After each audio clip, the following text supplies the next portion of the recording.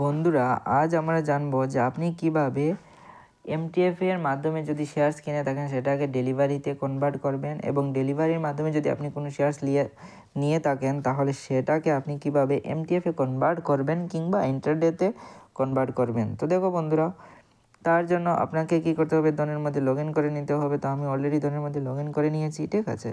তো এখানে কী করতে হবে, যেমন দেখো, আজকের দিনে যদি আপনি শেয়ার্স কিনে থাকেন তাহলে সেটাকে এমটিএফে কীভাবে কিংবা ডেলিভারিমে কনভার্ট করতে হয় সেটার জন্য সবার প্রথমে আপনি এখান থেকে ক্লিক করে করতে পারেন, কিংবা এখানে অর্ডারের অপশনটাতে ক্লিক করে এখানে দেখতে পারেন যে পজিশনের একটা অপশন আছে, এটাতে ক্লিক করে, যেমন ভোডাফোন আইডিয়ার শেয়ার নিয়েছি আমরা, ইয়েস ব্যাংকের শেয়ার নিয়েছি, ঠিক আছে। এটা সামান্য বোঝার জন্য নিয়েছি, ঠিক আছে, এমন নয় কোনো স্টক রিকমেন্ডেশন, ঠিক আছে, এটা কোনো স্টক রিকমেন্ডেশন নয় বন্ধুরা।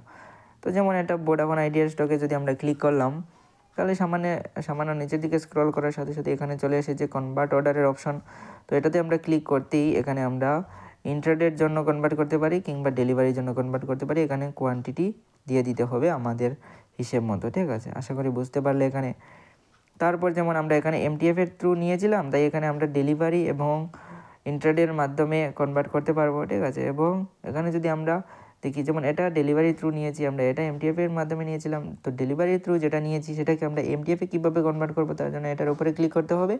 সামান্য নিচের দিকে স্ক্রল করার পর এখানে কনভার্ট অর্ডারের মধ্যে ক্লিক করে দিতে হবে। তো দেখো বন্ধুরা, এখানে কনভার্ট অর্ডারের অপশনে ক্লিক করার পর এখানে আমরা এমটিএফ সিলেক্ট করতে পারি কিংবা ইন্টারডে সিলেক্ট করতে পারি, এবং এখানে আমরা আমাদের পছন্দ মতো কোয়ান্টিটি দিয়ে দেবো, এবং এখানে কনভার্ট টু ইন্টারডের অপশন আছে, এটাতে আমরা ক্লিক করে এটাকে আমরা সেই মতো কনভার্ট করতে পারি। আশা করি বুঝতে পারলে। এখন দেখো বন্ধুরা, আমাদের অনেক সময় কী হয় যে আমাদের পোর্টফোলিওর মধ্যে অনেকগুলো স্টকস পড়ে থাকে, কিন্তু আমরা সেটাকে এমটিএফের কনভার্ট করতে পারি না কিংবা ডেলিভারিতে কনভার্ট করতে পারি না। তো তার জন্য আমাদের কী করতে হবে, সবার প্রথমে এখানে আমাদের পোর্টফোলিওতে চলে যেতে হবে, ঠিক আছে। যেমন আমরা পোর্টফোলিওর মধ্যে চলে গেলাম। পোর্টফোলিওর মধ্যে চলে যাওয়ার পর বন্ধুরা দেখো এখানে কি হয়েছে, এখানে মিউচুয়াল ফান্ড আছে, ঠিক আছে।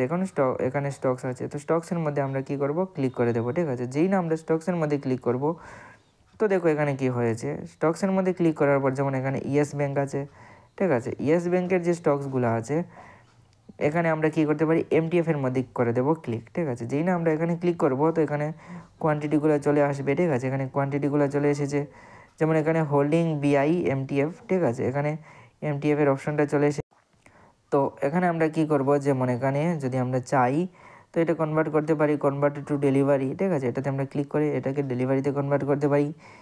এখন দেখো বন্ধুরা, আমরা ইয়েস ব্যাংকের দুটো শেয়ার নিয়েছিলাম, একটা হলো এমটিএফের মাধ্যমে, একটা হলো ডেলিভারির মাধ্যমে, ঠিক আছে। তাই আমাদের এখানে দুটো অপশন চলে এসেছে যে আমরা যে একটা শেয়ার আরও আছে যেটাকে আমরা চাইলে কনভার্ট করতে পারি এমটিএফে।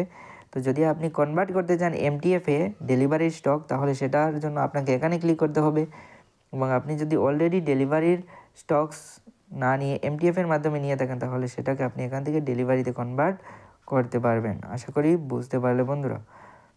তো আজকের জন্য এতটুকুই।